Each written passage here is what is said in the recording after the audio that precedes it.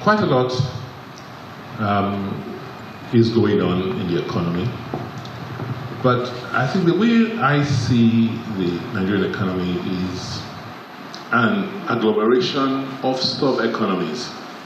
So, yes, what constitutes the national economy is made up of subsets of, economies, particularly at the subnational level. And so, for Nigeria to be competitive, the things have to happen not only at the national level.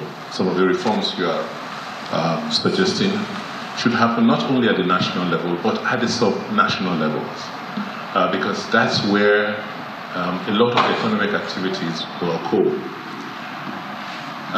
For us in Edo State, for instance, where we believe that we have some core competitive advantages because of our location, because of the availability of fertile land, we're in the rainforest, because of the logistic opportunities, because of the availability of gas.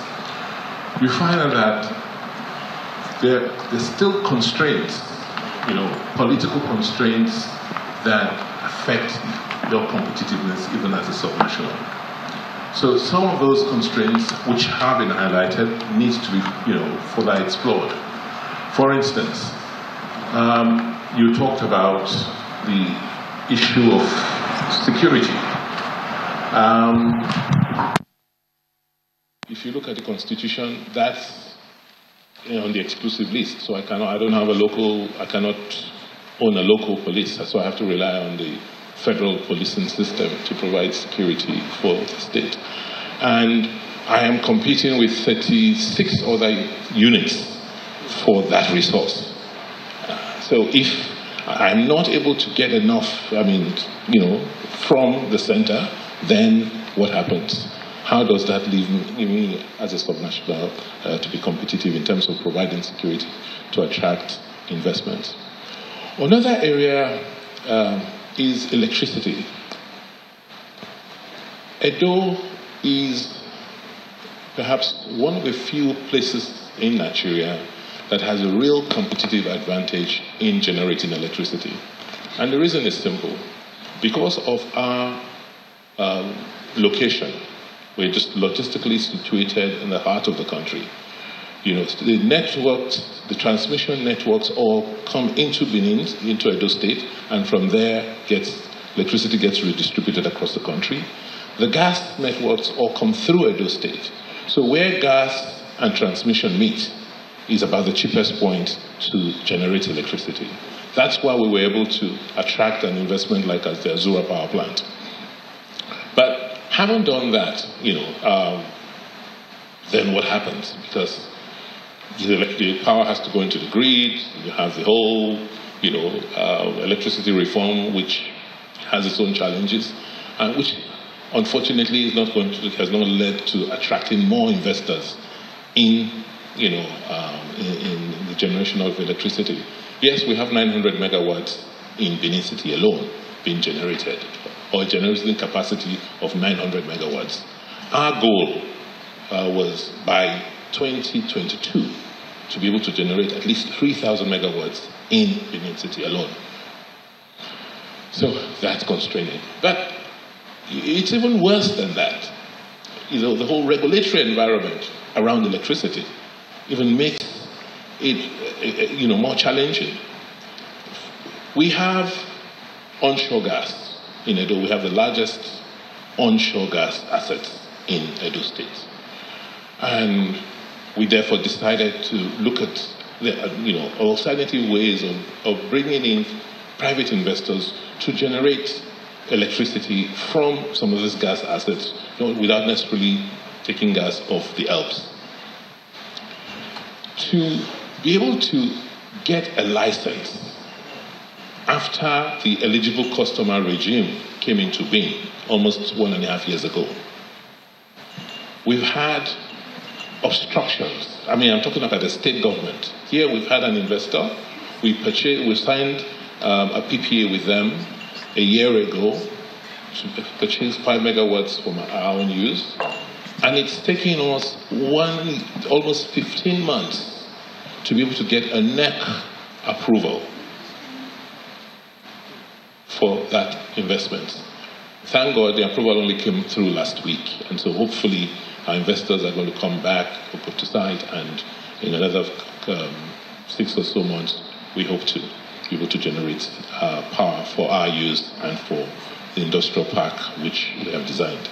So I can go on and on and on, but the key, one of the key challenges to economic growth, which I agree with you must be a key agenda for the next regime, is first, how do you ensure that you remove some of the constraints to competitiveness, particularly at the subnational level? Secondly, how do you think about diversifying your economy away from oil? How do you make much more smart investments in areas like agriculture? Because one of the proposals we are working on, being spearheaded by Edo State, is how to put about 1 million hectares of land under cultivation for oil palm over the next 5 years. This is an investment that has to be massively supported and funded.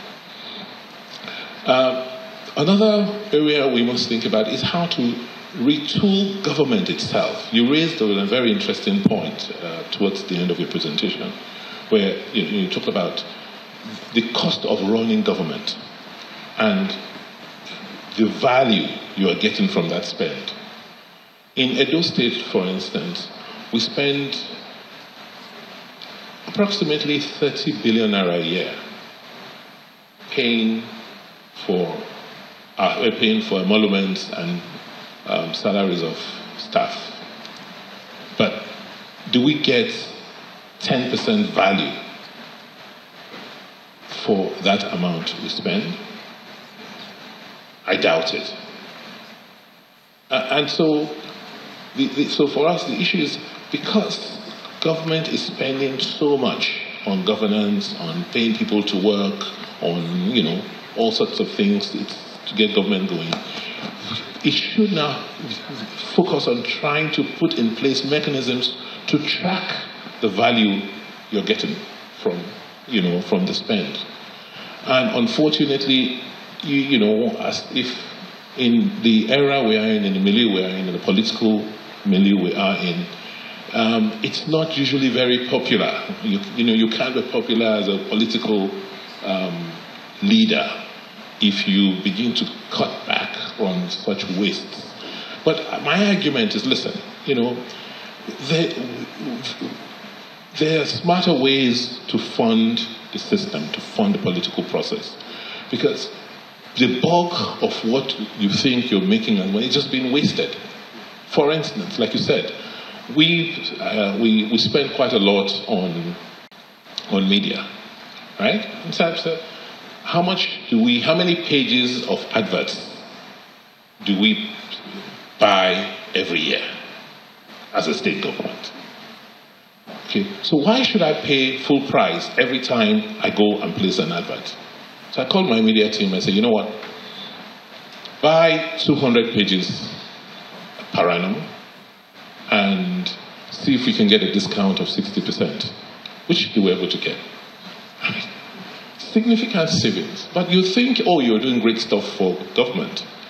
You're not realizing that, okay, the guys who used to place the adverts for government, at best will get a 20% discount, right? But they're all very, very upset that you're making that kind of savings because you're cutting off their own. Yeah. So these are the kind of things you have to balance, in government. But it's necessary because we cannot afford